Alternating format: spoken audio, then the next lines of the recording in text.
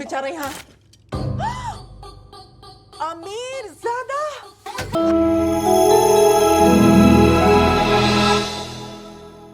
Hai sedulur kabeh. Hari ini gue akan membahas sebuah film terbaru yang luar biasa berjudul Crew, yang dibintangi oleh Tabu, Kareena Kapoor, dan Kriti Sanon sebagai pemeran utama. Kamu pasti akan menikmati film ini. Jadi, sebelum kita mulai, jangan lupa untuk like video ini ya. Sekarang, yuk langsung kita masuk ke alur ceritanya.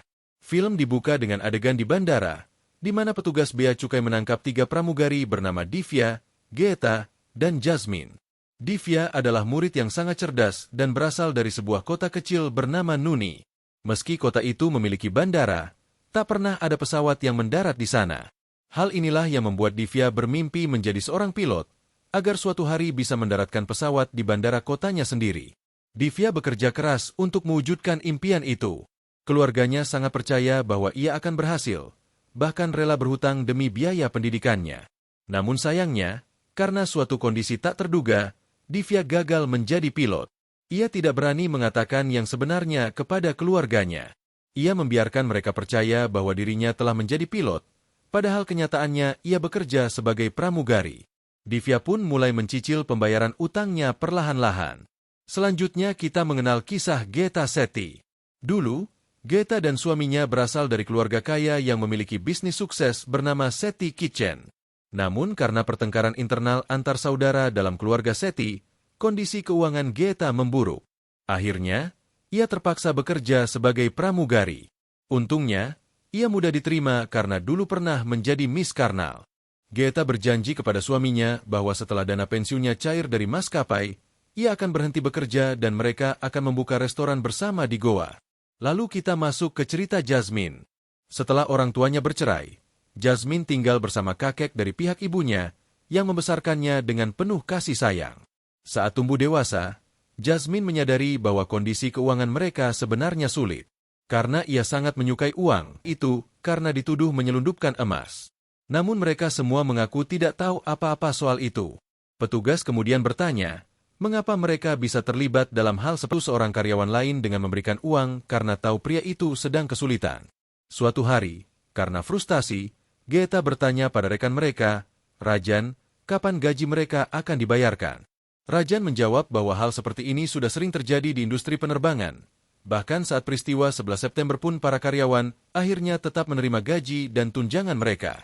Saat sedang bertugas di pesawat, Geeta berniat mengantarkan teh untuk Rajan, namun menemukan bahwa ia sudah meninggal karena gangguan pernapasan. Geeta segera memanggil Divya dan Jasmine. Meski sempat ragu, mereka memutuskan untuk memberikan CPR pada Rajan. Namun saat membuka bajunya untuk melakukan kompresi dada, mereka terkejut menemukan emas batangan yang disembunyikan di balik bajunya. 3 pramugari itu kemudian memindahkan jenazah Rajan ke kursi awak kabin. Jasmine sempat menyarankan, bagaimana kalau kita ambil emas ini, berhenti kerja, dan hidup nyaman? Namun Geeta menolak tegas, aku bukan pencuri, dan aku tidak mau masuk penjara. Divya juga menolak. Akhirnya, mereka menyerahkan tubuh Rajan dan emas selundupan itu kepada petugas bea cukai. Disinilah kita pertama kali bertemu petugas bea cukai bernama Jaifer, yang tersenyum saat melihat Divya. Divya pun menceritakan pada Jasmine bahwa dirinya dan Jaifer pernah bertemu di sebuah turnamen basket. Mereka sempat dekat bahkan menjadi intim, tapi setelah itu tak pernah saling bertemu lagi. Jaifer berbicara dengan Divya dan meminta nomor teleponnya, mengatakan bahwa mereka harus tetap saling berhubungan. Sementara itu, Sharmaji Mittal juga terlihat berada di dekat jenazah Rajan. Geeta mencoba menghubunginya, tapi ia diabaikan. Saat pemeriksaan lanjutan oleh bea cukai, terungkap bahwa Rajan menyelundupkan total 12 kg emas dalam bentuk emas batangan yang berasal dari Alborg. Setelah kejadian itu, para petugas menjadi jauh lebih waspada. Ketiga pramugari itu kembali ke rumah masing-masing, dan kita melihat bagaimana kondisi keuangan mereka benar-benar memprihatinkan. Jasmine kesulitan membayar sewa rumah dan hampir tak mampu mengurus kebutuhan sehari-hari. Ayah Divya terpaksa menjual bajai miliknya demi melunasi cicilan utang. Geeta dan suaminya hidup pas-pasan, hanya bisa bertahan dengan dana terbatas. Suatu hari, Jasmine mengunjungi kakeknya dari pihak ibu yang memberikannya cincin emas warisan keluarga. Tanpa memberitahu sang kakek, Jasmine menjual cincin itu demi membayar sewa rumah. Saat membeli sayur, Geta bertemu mantan rekan kerjanya, Suda. Ia bertanya tentang Mittal, yang belakangan ini tak pernah menjawab telepon mereka. Suda mengungkapkan bahwa Mittal telah meninggalkan istri pertamanya dan menikahinya, namun sekarang Mittal hampir tak pernah berbicara padanya. Di televisi, Vijay Walia, pemilik Kohinoor Airlines, diwawancarai. Ia menyangkal kabar bahwa maskapainya bangkrut. Ia mengatakan bahwa naik turunnya keuangan adalah hal biasa dalam bisnis dan berjanji tidak akan mengecewakan 4.000 karyawannya. Saat hendak berangkat kerja, Geta melihat Mittal dan langsung menghadangnya dengan berdiri di depan mobilnya. Setelah mereka berbicara, Geta bertanya langsung, "Apakah benar Kohinoor Airlines bangkrut? Apakah itu alasan kami belum dibayar?" Awalnya Mittal menyangkal, tapi akhirnya mengakui bahwa mereka tidak akan pernah menerima gaji atau dana pensiun mereka.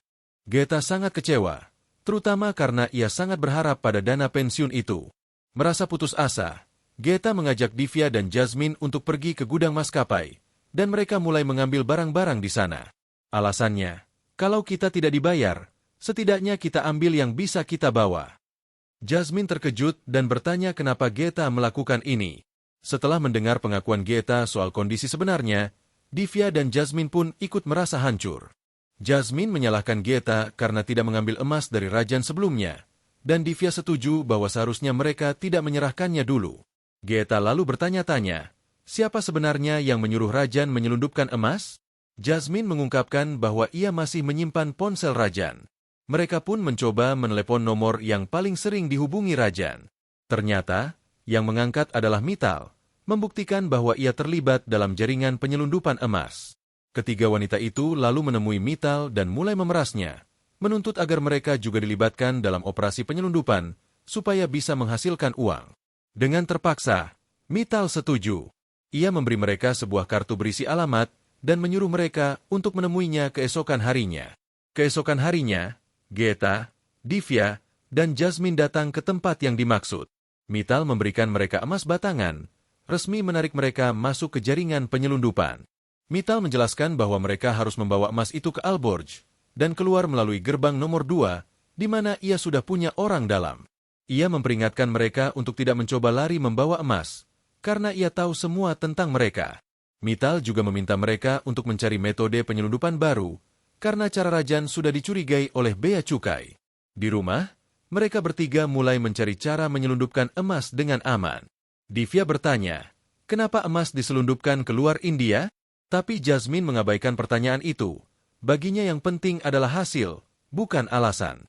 Mereka sempat bingung di mana menyembunyikan emas, hingga akhirnya Geta mendapat ide saat sedang makan coklat. Mereka pun membawa emas itu ke seorang perajin perhiasan, melelehkannya, dan membentuknya menjadi bola-bola kecil, lalu melapisinya dengan permen, menyamarkan emas menjadi seperti coklat bola. Operasi penyelundupan pertama mereka sangat menegangkan, tapi berhasil. Mereka pun mendapatkan uang dalam jumlah besar. Sejak saat itu, menyelundupkan emas menjadi rutinitas harian mereka. Keuangan mereka membaik secara drastis. Jasmine menebus kembali cincin emas warisan dari kakeknya. Impian Geta untuk membuka restoran mulai terasa nyata. Mereka mulai menikmati gaya hidup baru, membeli barang-barang mahal dan bahkan membantu orang lain. Jasmine misalnya, memberikan uang kepada seorang karyawan maskapai yang sedang kesulitan. Namun, kebahagiaan mereka ternyata menimbulkan kecurigaan. Seorang pramugari lain mulai bertanya-tanya, kenapa ketiga wanita itu terlihat begitu bahagia dan hidup enak, padahal mereka juga belum menerima gaji? Meskipun belum ada yang secara langsung menuduh mereka, kecurigaan ini menjadi ancaman yang akan memicu konflik berikutnya. Suatu hari, saat mereka sedang menuju pesawat untuk penerbangan berikutnya, para petugas bea cukai tiba-tiba menghentikan mereka dan mulai memeriksa bagasi mereka. Operasi penyelundupan mereka pun terancam. Saat salah satu petugas memegang kotak berisi coklat, Jasmine dengan sigap memanggil nama Divya, berusaha menarik perhatian Jaifer yang kebetulan ada di tempat kejadian. Jaifer pun segera campur tangan dan meminta petugas untuk membiarkan mereka pergi. Para wanita itu pun berhasil lolos dengan selamat. Sepulang kerja, Jasmine menggoda Divya soal Jaifer, menyiratkan bahwa hubungan mereka semakin dekat. Momen itu dimanfaatkan Jasmine untuk mengambil alih ponsel Divya, mungkin karena cemburu dengan kebahagiaan sahabatnya. Sementara itu, salah satu rekan kerja mereka mulai curiga akan perilaku ketiganya. Malam harinya, Divya makan malam bersama JVR dan mereka semakin dekat. Namun Divya memilih untuk menunda hubungan lebih jauh karena masih merasa ragu. Keesokan harinya di pesawat, para kru menerima uang harian mereka.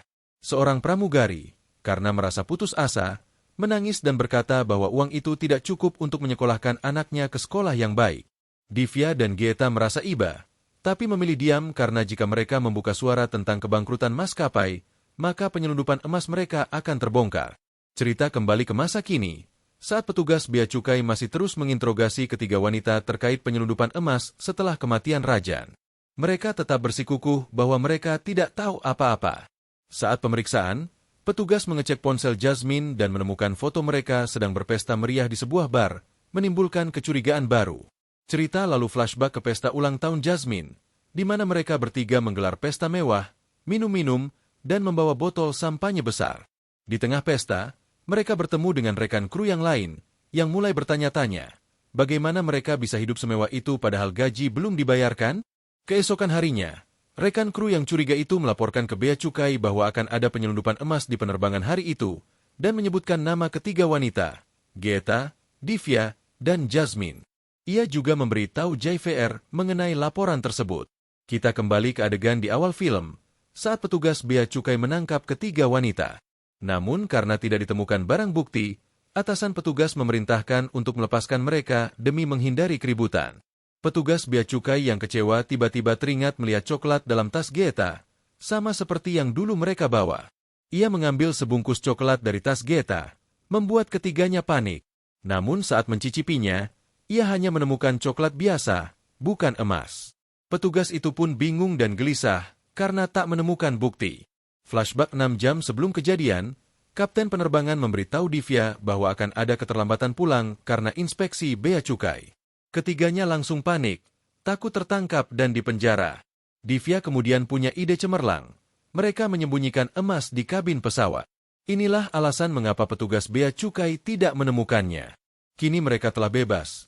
Tapi emasnya ikut terbang bersama pesawat, dan sulit untuk mereka ambil kembali karena jadwal kerja yang selalu berubah. Dalam perjalanan pulang, Jasmine mencurigai bahwa KL, kru yang melihat mereka setelah pesta, adalah orang yang melaporkan mereka ke bea cukai. Tensi pun meningkat, Jasmine dan Divya bertengkar.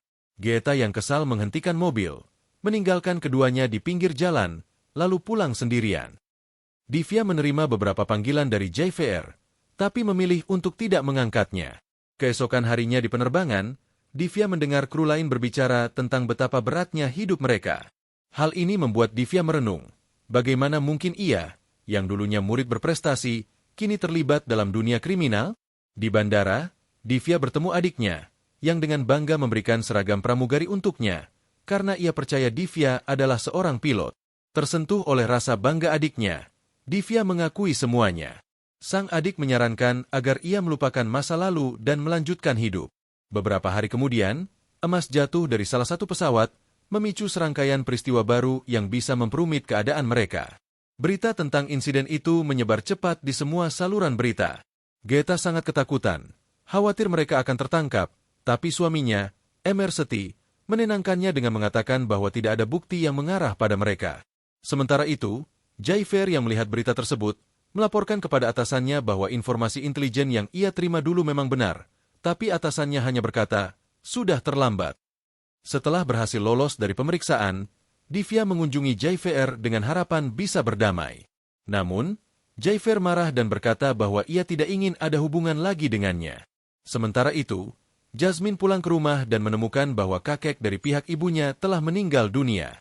Ia sangat terpukul. Divya dan Geta datang menemaninya di masa sulit itu. Beberapa hari kemudian, muncul kabar di televisi bahwa Vijay Willia telah melarikan diri ke luar negeri, dan para karyawan dipastikan tidak akan menerima uang mereka. Hal ini menyebabkan kepanikan di kalangan pegawai, termasuk KL yang merasa dihianati. KL pun menemui Divya dan Geta, marah dan kecewa, namun juga mengungkapkan bahwa bukan dia yang melaporkan mereka ke bea cukai. Tiga wanita itu terkejut dan mulai bertanya-tanya, siapa sebenarnya yang membocorkan informasi? Jasmine teringat bahwa petugas bea cukai sempat menyebut tentang mata-mata yang merupakan mantan pramugari.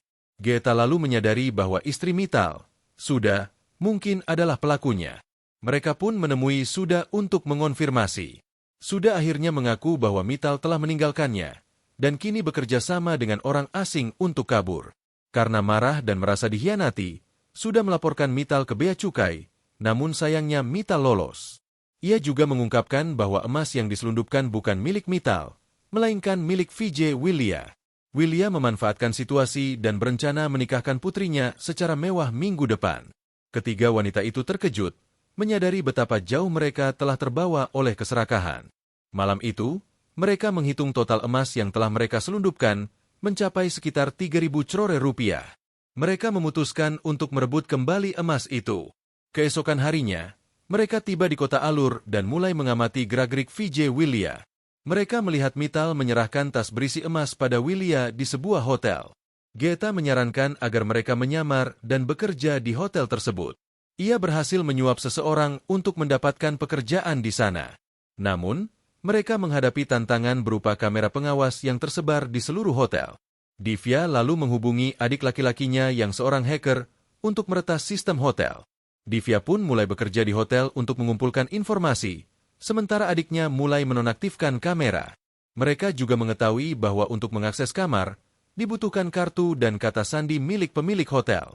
Jasmine kemudian menyarankan untuk berduaan sebentar dengan Willia agar bisa mengambil kartunya. Rencana pertama mereka mengalami hambatan. Mereka menghadapi Mittal dan menuduhnya membiarkan Willia kabur dengan emas. Di bawah tekanan, Mittal akhirnya setuju untuk bekerja sama. Di pesta pernikahan mewah anak Willia, Geta dan Divya menyamar sebagai staf, sementara Jasmine mendekati seorang tamu untuk mengambil akses kartu. Divya juga berhasil membuat sistem kamera hotel terganggu dengan bantuan adiknya. Mereka menyamar sebagai petugas pengantar barang dan membuka koper di depan Willia, namun koper itu kosong. Mereka kecewa dan kaget. Dalam kekacauan yang terjadi, putri Willia menyerang ibunya, dan ketiga wanita itu melarikan diri. 2 hari kemudian, Willia dan keluarganya bersiap terbang dengan emas tersebut. Namun ternyata, Geta dan Jasmine sudah berada dalam pesawat dan telah merencanakan aksi mereka. Mereka melumpuhkan kru pesawat dan membubuhi minuman penumpang dengan obat bius. Namun, putri Willia menolak minum, membuat rencana mereka sedikit tertunda. Akhirnya, saat ia pun tak sadarkan diri, mereka mulai mencari emas di dalam pesawat. Tapi tiba-tiba ayahnya terbangun dan menghadang mereka. Dengan cepat, mereka berhasil melumpuhkan putri Willia dan menemukan emas dalam tas sebelum menutupnya kembali.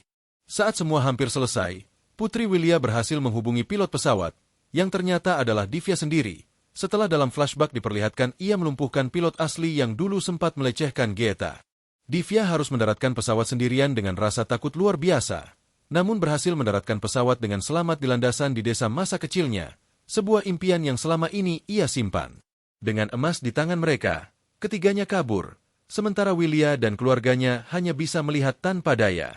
Polisi datang, menangkap Willia dan menyita emas-emasnya.